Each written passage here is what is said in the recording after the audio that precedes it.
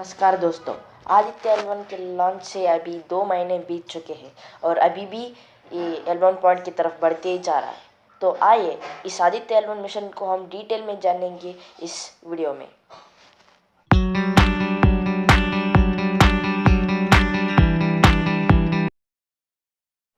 तो दोस्तों, आदित्य L1 2 सितंबर 2023 को सतीश धवन स्पेस सेंटर जो श्रीहरिकोटा में स्थित है, इस जगह से PSLV C-57 रॉकेट का इस्तेमाल करते हुए लॉन्च हुआ था और लॉन्च पूरी तरीके से सक्सेसफुल भी रहा था।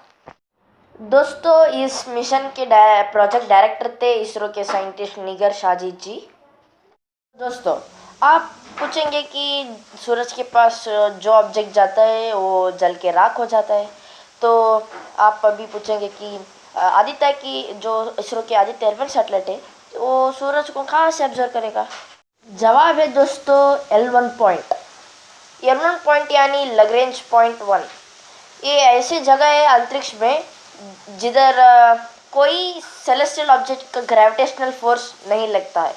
यानी एक सन और धरती, सूरज और धरती एक दूसरों के ग्रेविटेशनल फोर्स को कट ऑफ कर देते, कैंसिल आउट कर देते।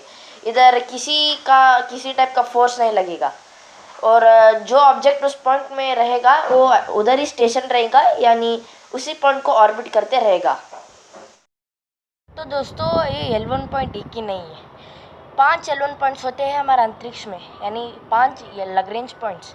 तो इसरो ने L1 पॉइंट ही को चुना क्योंकि देखो भाई, L1 पॉइंट सूरज और धरती के बीच आता है।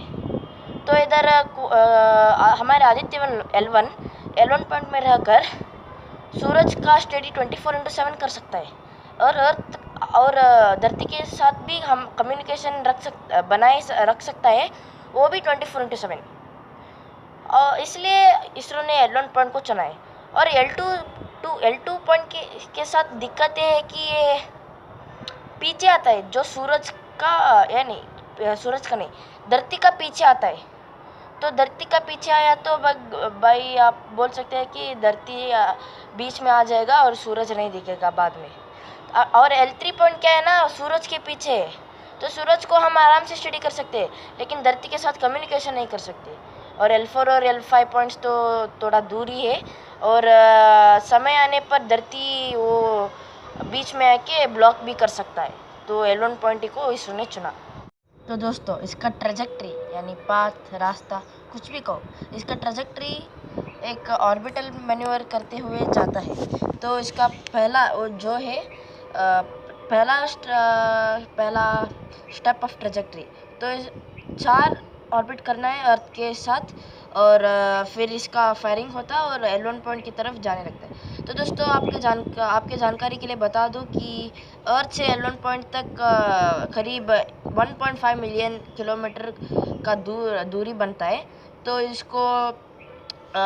इसे कम समय में पहुंचने के लिए 4 ऑर्बिटल मैन्यूवर्स धरती के चक्कर लगाने, यानी 4, और फिर फायर होके L1 पॉइंट तक पहुंच जाएगा।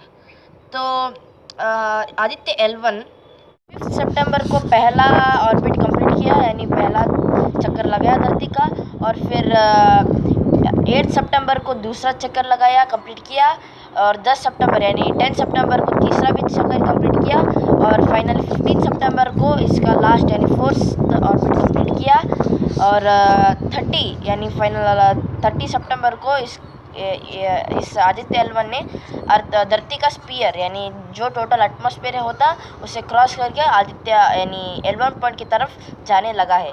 और 5 सितंबर यानी 5 सितंबर के जानकारी के मुताबिक अभी ये आदित्य L1 40,552 किलोमीटर का दूरी कंप्लीट कर चुका है। अभी मैं इन सब इंस्ट्रूमेंट के काम डिटेल में नहीं जाऊंगा, नहीं तो वीडियो इतना लंबा हो जाएगा। तो इन सब मिलके जो काम करेगा वो बताऊंगा। सो इन सब इंस्ट्रूमेंट्स सूरज का जो बाहरी 2 लेयर है, क्रोमोस्फीयर और कोरोना, कंफ्यूज मत हो जाइए। चाइना का कोरोना और इसका अभी ये लेयर कोरोना, इसके इन दोनों के कुछ लेने देना नहीं है। तो इन 2 बाहर आई लेयर क्रोमोस्फीयर और कोरोना का स्टडी करेगा और प्लाज्मा रेस, जो प्लाज्मा विंड हम कहते हैं, उसका भी स्टडी करेगा। इसमें दोस्तों 7 इंस्ट्रूमेंट्स लगाए गए हैं। तो पहला इंस्ट्रूमेंट है वेल्क, यानी visible emission line coronagraph, VELC visible emission line coronagraph. दूसरा इंस्ट्रूमेंट है सोलर अल्ट्रावायलेट इमेजिंग टेलीस्कोप, यानी SUIT. Solar low energy x-ray spectrometer, यानी SoLEXS. Plasma analyser package for Aditya, यानी पापा। नेक्स्ट इंस्ट्रूमेंट है high energy L1 orbiting x-ray spectrometer, है Aditya solar wind particle experiment, यानी ASPEX. Instrument के नाम पर इसमें high advanced tri axial high resolution digital magnetometer लगाया गया है, जो मैग्नेटिक फील्ड को मेजर करेगा। सदियों से सूरज की एक मिस्ट्री चली आ रही है, जिन्हें आज के दिन के साइंटिस्ट भी सॉल्व नहीं कर पाए। मिस्ट्री है कि आप साइंस में पढ़े होंगे कि हीट जब उसके सोर्स से दूर आता है तो उसका टेम्परेचर ग्रेजुअली गिरते जाएगा। तो सन की बात में ऐसा कुछ नहीं है दोस्तों। सन की कोर जिधर न्यूक्लियर फ्यूजन होता है उधर हीट प्रोड्यूस होता है। तो जब वो हीट सूरज से बाहर आता है तो ग्रेजुअली गिरते जाएगा। फिर जब वो कोरोना और क्रोमोस्फीयर लेयर में जब एंट्री करेगा तो उसका हीट ग्रेजुअली इंक्रीज होते जाएगा, यानी बढ़ते जाएगा। ये क्यों, कैसे, हमें कुछ पता नहीं। होप है कि आदित्य L1 जब सूरज की स्टडी करेगा तो सॉल्व कर पाएगा कि नहीं, हमें पता नहीं। होप कर सके। दोस्तों हम समझेंगे कि असल में आदित्य L1 क्या क्या एक्सपेरिमेंट करने वाला है L1 पॉइंट में। दोस्तों ये जैसे कि मैंने पिछले बोला कि क्रोमोस्फीयर और कोरोना का स्टडी करेगा। इसके साथ कोरोनल मास इजेक्शंस और सोलर फ्लेम्स,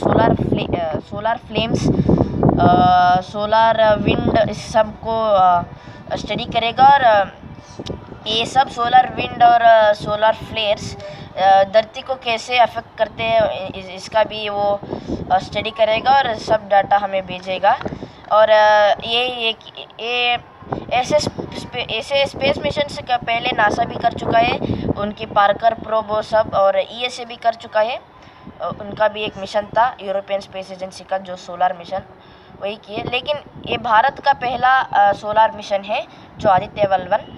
और यही था हमारा वीडियो आज का, और मिलेंगे आपको फिर अगली वीडियो में। तब तक के लिए आपको वीडियो पसंद आया तो सब्सक्राइब करना मत भूलिए और वीडियो को लाइक भी करिए। तब तक के लिए हम मिलते हैं आपको अगली वीडियो में। नमस्कार, जय हिंद।